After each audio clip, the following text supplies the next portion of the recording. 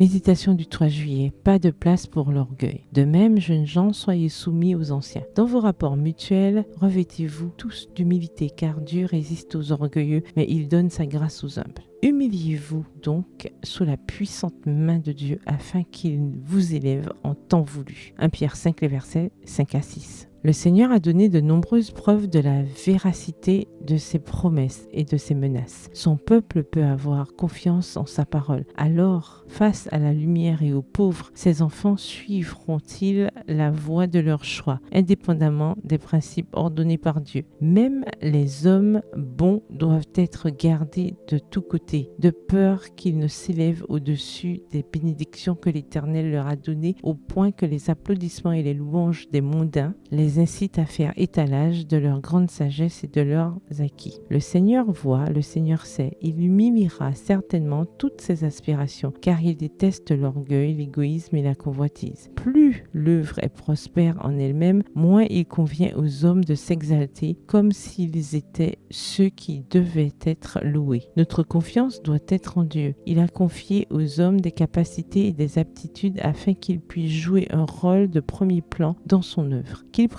garde à la manière dont ils s'exalteront. Le temps fixé pour favoriser Sion viendra bientôt. Dieu a choisi les hommes et les moyens par lesquels son œuvre s'accomplira. Il n'abandonnera pas son peuple à la honte, mais il accomplira son œuvre. Son œuvre se déroulera exactement comme il l'a ordonné. Notre alliance avec le Christ, unie à la majesté d'un roi tout-puissant, la douceur et la tendresse d'un berger bienveillant. Je vous invite à lire Ésaïe 42. Dieu désire que les hommes comprennent les droits qu'il a sur eux. Il jugera tout individu qui s'interposera entre ses semblables et leur Dieu pour les conduire dans des sentiers qui ne sont pas tracés pour les racheter. Il a fait connaître ces choses-là depuis très longtemps. Acte 15, le verset 18 dans la version Parole de vie. Il a ordonné que ses œuvres soient présentées au monde sous une forme distincte, sainte et sacrée. Le royaume de Dieu ne vient pas par l'observation, mais par la douceur de l'inspiration de sa parole, par l'opération de son esprit dans l'âme. Son œuvre en de nombreux endroits du monde aurait maintenant été beaucoup plus avancée si l'homme ne s'était pas interposé entre le peuple et Dieu pour accomplir une œuvre que le Seigneur n'a pas désignée. Extrait de la lettre 93 datée du 3 juillet 1900, adressée au pasteur G.A. Irving, président de la conférence générale. Bonne soirée, que l'Éternel vous bénisse.